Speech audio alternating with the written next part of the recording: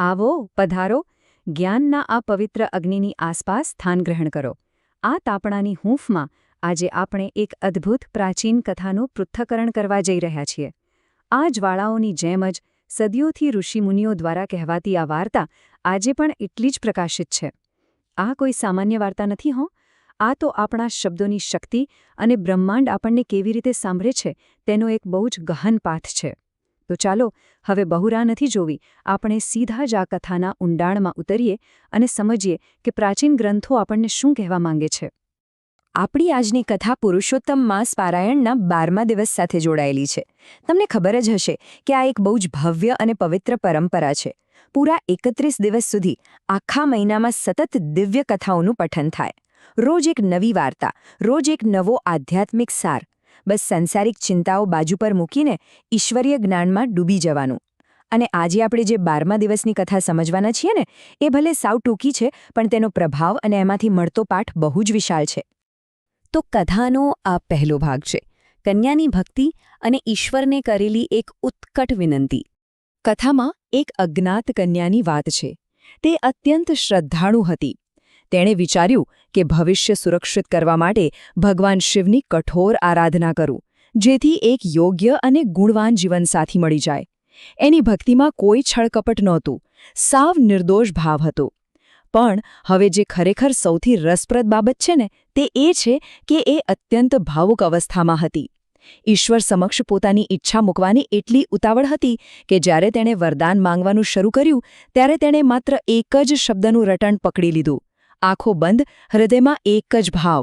અને તેણે એક યોગ્ય વરની માંગણી કરતી વખતે પતિ શબ્દનો ઉચ્ચાર 1-2 વાર નહીં, પણ પૂરી 5 વાર કર્યો. ભક્તિના એ અતિરેકમાં, એ અંધશ્રદ્ધામાં તે એ વાતથી સાવ અજાણ હતી કે તેણે જે શબ્દો ઉચ્ચાર્યા છે, બ્રહ્માંડ તેની ગણતરી કરી રહ્યું છે. તેણે તો બસ એક અવાજ કર્યો, પણ એ અવાજ બ્રહ્માંડમાં 5 વાર પડઘાયો. અને અહીંથી શરૂ થાય છે કથાનો બીજો ભાગ, ભગવાન શિવનું વરદાન અને તેનો દિવ્ય પડઘો. પેલી કન્યાની ઘનઘોર તપસ્યા અને પેલા શબ્દોના અવિરત રટણ પછી આખરે બ્રહ્માંડમાં એક દિવ્ય શાંતિ છવાઈ ગઈ. સાક્ષાત ભોળાનાથ પ્રગટ થયા. ભક્તોની ભક્તિથી બહુ જ જલ્દી પ્રસન્ન થઈ જાય ને. આ એવો અદ્ભુત સમય હતો જ્યારે એક માનવીની વિનંતી અને સાક્ષાત ઈશ્વરનો પ્રતિસાદ એકબીજા સાથે મળવાના હતા. કન્યા નતમસ્તક ઊભી છે, પોતાના ભવિષ્ય માટેના આશીર્વાદની રાહ જુએ છે. અને ત્યારે જ ભગવાને અત્યંત ગંભીરતાથી અને શાંત સ્વરે આ શબ્દો કહ્યા, તથાસ્તુ, તને બીજા જન્મમાં 5 પતિ મળશે. વિચારો, આ સાંભળીને તો ક્ષણભર માટે સમય જ થંભી ગયો હશે.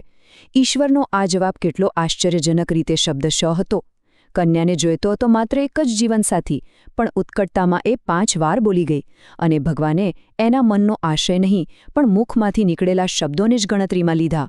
અને આ વાત બહુ જ સુંદર રીતે દર્શાવે છે કે આપણા માનવીય આશય અને બ્રહ્માંડના અર્થઘટન વચ્ચે કેટલી મોટી ખાઈ હોઈ શકે છે. એક તરફ કન્યાનો સ્પષ્ટ પણ બોલ્યા વગરનો આશય હતો કે ભાઈ, એક સારો પતિ જોઈએ છે, જ્યારે બીજી તરફ દિવ્ય શક્તિનું અર્થઘટન જુઓ. બ્રહ્માંડે ભાવનાઓનું નહીં, પણ સીધું શબ્દોનું ગણિત જોયું. 5 વાર ઉચ્ચારણ એટલે 5 પતિઓનું વરદાન. આ એક સનાતન સત્ય છે હો. આપણે જે બ્રહ્માંડમાં મોકલીએ છીએ તે જ વસ્તુ અરીસાની જેમ ગુણાકાર થઈને આપણી પાસે પાછી ફરે છે.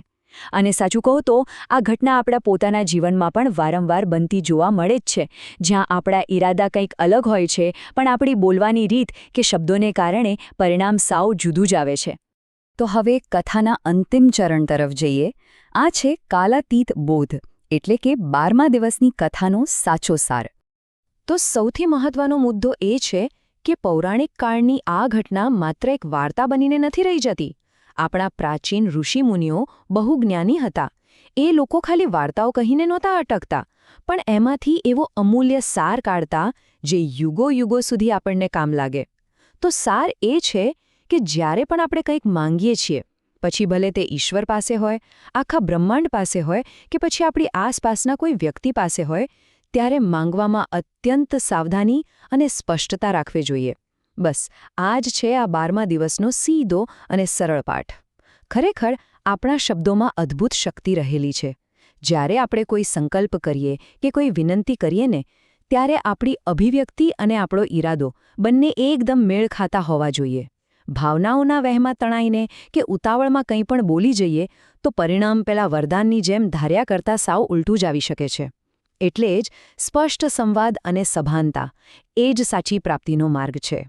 હવે જ્યારે આપણા આ જ્ઞાનરૂપી તાપણાની જ્વાળાઓ ધીમી પડી રહી છે ત્યારે આ કથા આપણને એક બહુ જ ઊંડા વિચારમાં મૂકી જાય છે.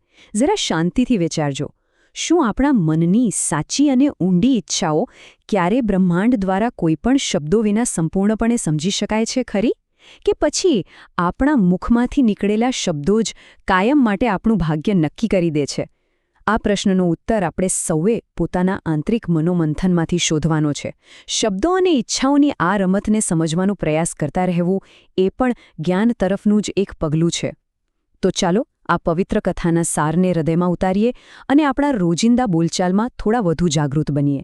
આજના આ પૃથક્કરણમાં મારી સાથે આપણે જોડાવા બદલ સૌનો ખૂબ ખૂબ આભાર. શિવજીના આશીર્વાદ અને આ પ્રાચીન જ્ઞાન હંમેશા આપણી સાથે રહે.